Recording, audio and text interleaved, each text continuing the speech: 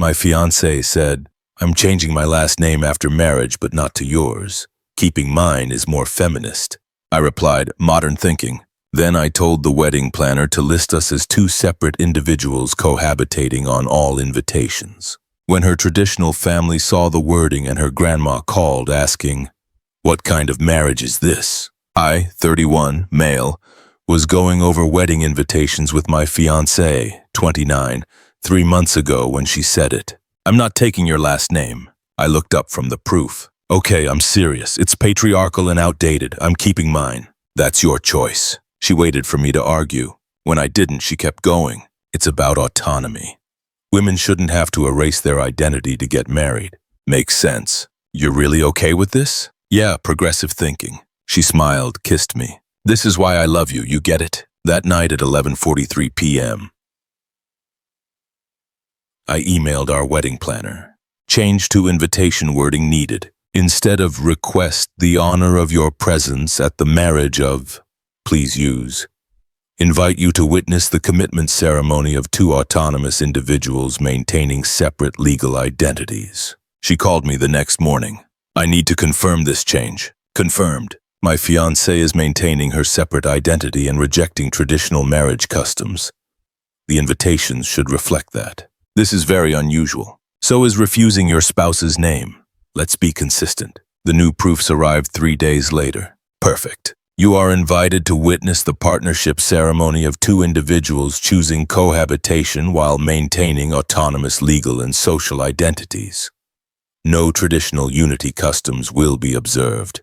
I approved them. 180 invitations printed and mailed within a week. My fiancé's grandmother called at 7:18 a.m. last Tuesday. My fiancé answered on speaker while making breakfast. "I received your wedding invitation." "Great. Can you make it?" "What kind of invitation is this?" "Maintaining autonomous identities. Are you living together without marriage?" My fiancé's face went white. "Grandma, it's just modern language." "Modern?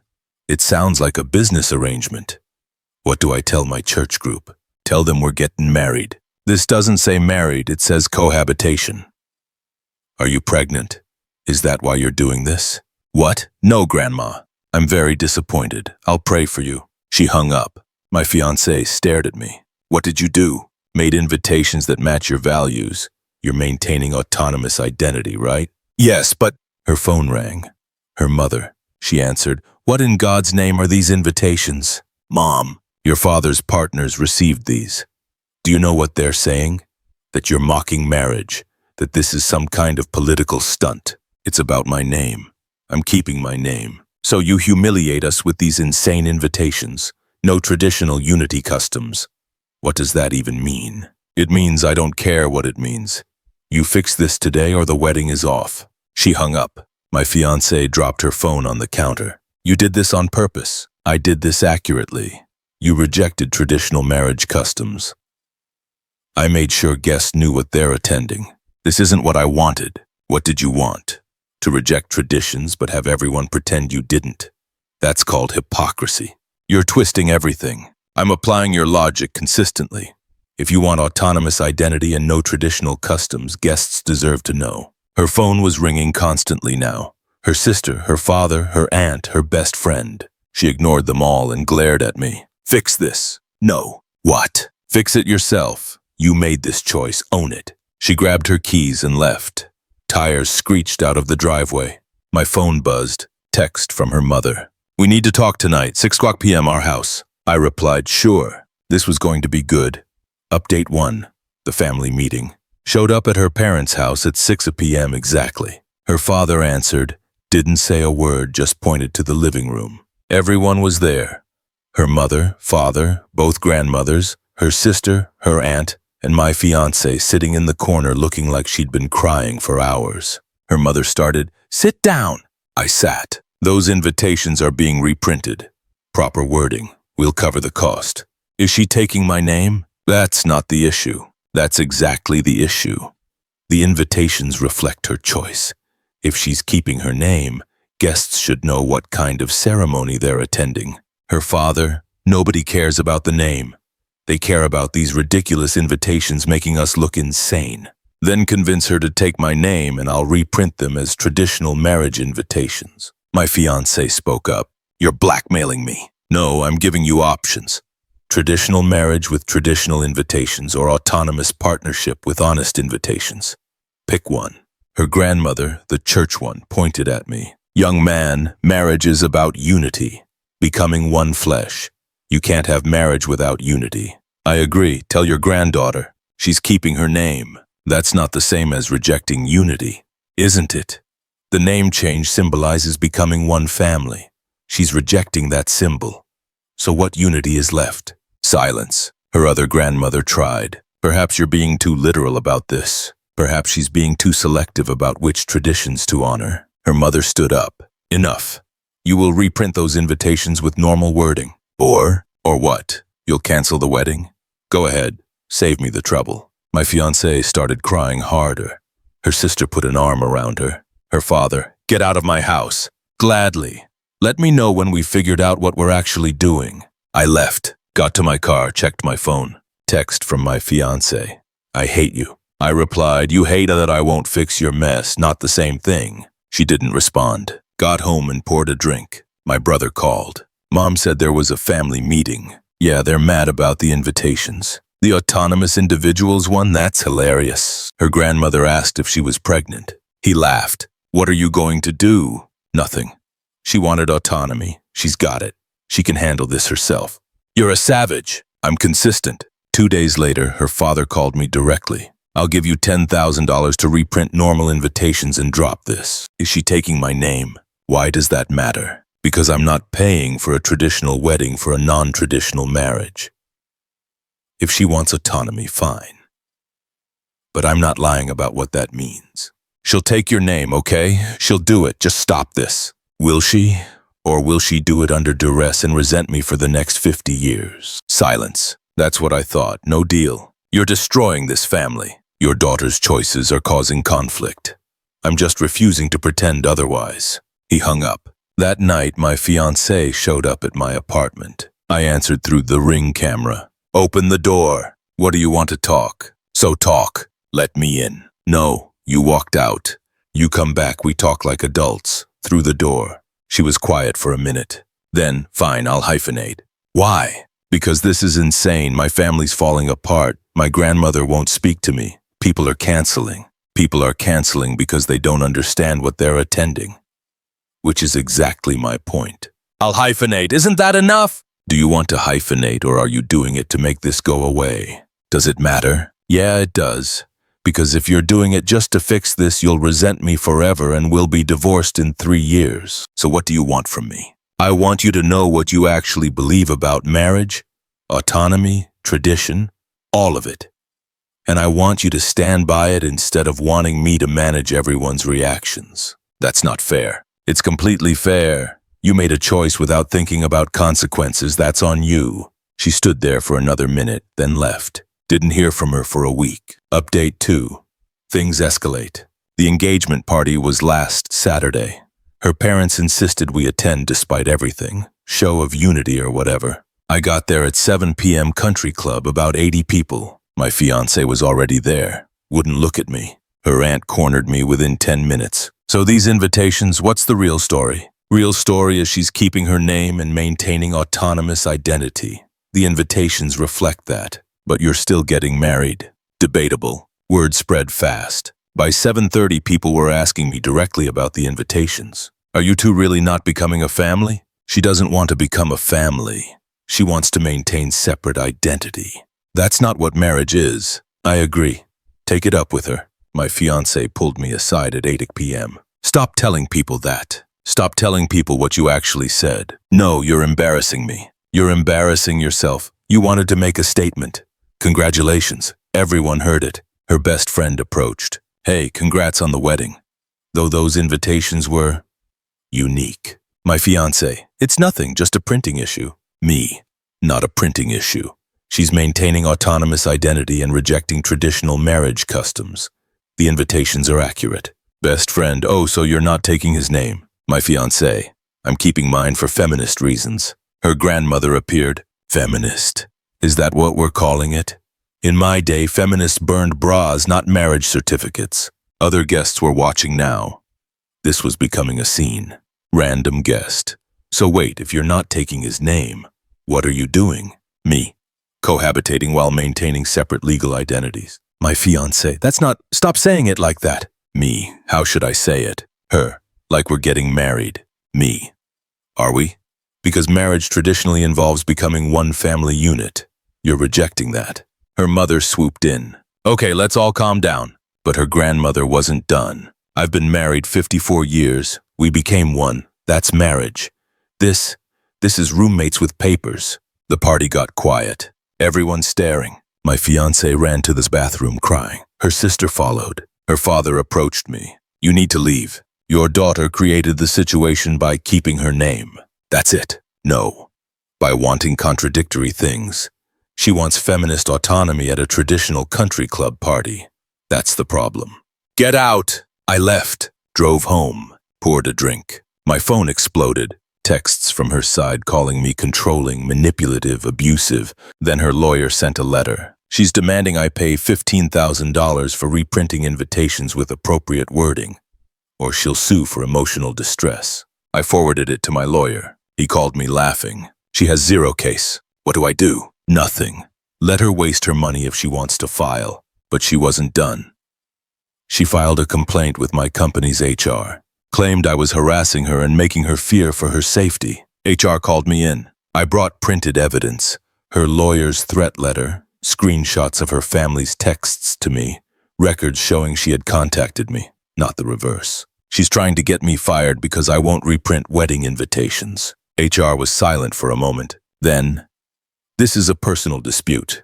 We're noting her complaint as inappropriate use of company resources. If she contacts us again, we'll pursue harassment charges against her. Got an email that afternoon. She'd been banned from entering my office building. That night, she showed up at my apartment. 11 p.m. Saw her on the Ring camera. She was with her mother and sister, all three of them. Her mother, we need to talk to you. Me through the speaker. About what? Her mother, about fixing this mess. Your daughter's mess, not mine. Her mother, she'll take your name, okay? She'll do it, just reprint the invitations. Does she want to, or is she caving to pressure? My fiancé crying, I want to. I'm sorry, I was wrong. When did you decide this? Her, tonight at the party. I realize now. You realize that your choices have consequences. That's not the same as actually changing your beliefs. Her sister, oh my God, she's apologizing. What more do you want? I want her to mean it. She doesn't. She's just tired of the conflict. Her mother, you arrogant. Good night. I muted the camera. They stood there for 20 minutes before leaving. Got served with papers 2 days ago. She's actually suing me. $40,000. All wedding deposits plus emotional distress. My lawyer's response was brutal. Plaintiff initiated rejection of traditional marriage customs. Defendant created invitations accurately reflecting plaintiff's stated values. Plaintiff's embarrassment over her own choices does not constitute damages. Further, plaintiff's harassment campaign, including false HR complaints and late-night confrontations at defendant's residence, demonstrates malicious intent. Defendant reserves the right to counter-sue for defamation and harassment. Her lawyer dropped the suit within 48 hours. Update 3. The aftermath. The wedding was supposed to be this past Saturday. Didn't happen. My ex-fiancé, because yeah, it's done, texted me 2 weeks before. I can't do this anymore, wedding's off. I replied, okay. That was it. No phone call, no meeting, just over. Her family's been trying to get me to pay for deposits. Her mother called yesterday. You caused this, you should pay. I paid $12,000 in deposits already. That's my loss. We paid $18,000. Dress, flowers, venue upgrades. You paid for a wedding your daughter wasn't ready for. That's not my responsibility. You sabotaged it with those invitations. I made honest invitations. She sabotaged it by wanting contradictory things. She threatened to sue. My lawyer sent her a letter reminding her that her daughter already tried that and failed. Haven't heard from her since. The social fallout's been interesting. Her friends initially rallied around her, posted about abusive men and manipulation tactics. Then someone posted the actual invitation text. Comments shifted fast. Wait, she wanted to keep her name but have a traditional wedding. How is being honest about that manipulative? Sounds like she wanted it both ways and got called on it. Half her friends now won't talk to her. The other half are tired of the drama. Her job situation imploded. She worked at a traditional law firm, made the mistake of posting about smashing the patriarchy and refusing oppressive name change customs on LinkedIn. Her boss saw it, called her in, asked if she was going to be making political statements during client meetings. She got defensive, said her personal beliefs shouldn't matter. He said, "Your personal beliefs that you posted publicly on a professional platform now reflect on this firm. We represent traditional businesses. Your stance is incompatible." She was put on probation, then resigned rather than face termination. Her grandmother, the church one, cut her out of the will. $175,000 trust fund gone. Her grandmother's reasoning: if she can't respect family traditions, she doesn't deserve family money. Her first parents stopped helping with her rent. She had to move back in with them at 29. The friend group divided. Some took her side. Most took mine or just distanced themselves from all of it. Her ex-best friend texted me last week. "I'm sorry she lied to us about what happened. Made you sound controlling, but I saw the invitations and your lawyer's response. You were just honest about what she wanted. She wasn't ready to stand by it." Several of her friends reached out with similar messages. Meanwhile, my life's pretty much fine. Lost $12,000 in deposits, that stings, but I have the money and it's a cheap price for avoiding a disaster marriage. My job's good. Got a promotion actually, since I wasn't distracted by wedding planning. My family's supportive. My mother said, "Thank God you found out before the wedding." My brother's been telling the story at business school as a case study in cognitive dissonance. Makes me laugh every time. Her life? Not so good. She's living with her parents, unemployed, cut out of her grandmother's will, down to maybe 3 actual friends, and dealing with the social stigma of a canceled wedding where everyone knows she caused it. Last I heard, through mutual friends, she's been trying to spin it as he was financially abusive and controlling. But too many people saw the invitations and know the truth. Some people think I was harsh, that the invitation thing was petty. But here's what I know. She wanted to reject traditions without dealing with the social consequences of that rejection. She wanted the aesthetics of progressive values without the substance. And when I forced her to actually stand by her stated beliefs, she couldn't. That's not someone ready for marriage. That's someone ready for Instagram captions and nothing more. The ring sold. Got $9,500 back on the $11,000 I paid. Almost covered my deposit losses. Not dating, not interested. Processing everything and focusing on work. But I don't regret it because that wedding would have ended in divorce within 3 years, guaranteed. And that would have cost way more than $12,000. The invitations didn't destroy the relationship. They exposed that there wasn't a real relationship to destroy. She wanted a wedding, not a marriage. She wanted the party, not the commitment. She wanted the social approval without earning it. And when forced to choose between her stated values and her actual desires, she chose neither. Just blamed me for making her confront the contradiction. Some final updates on where everyone landed. Ex-fiancée, living with parents, job hunting, minimal social life, still claiming victim status. Her mother won't speak to me, blames me for ruining her daughter's life. Her father tried to get me fired through his business connections, failed. Her grandmother, church, wrote me a letter saying, "You did the right thing. Marriage requires conviction." Her best friend apologized, now friendly with me. Cut ties with ex.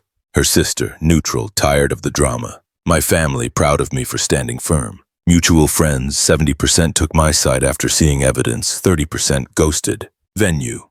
Kept our deposit but offered credit for a future booking. Declined. Can't imagine bringing another woman there. My apartment, quiet. No wedding photos, no marriage, no disaster. Just peace and the knowledge that I dodged the biggest bullet of my life. The invitations were never about revenge. They were about honesty, about forcing someone to confront what their choices actually meant. She failed that test, and that tells me everything I need to know. Worth every penny of that $12,000.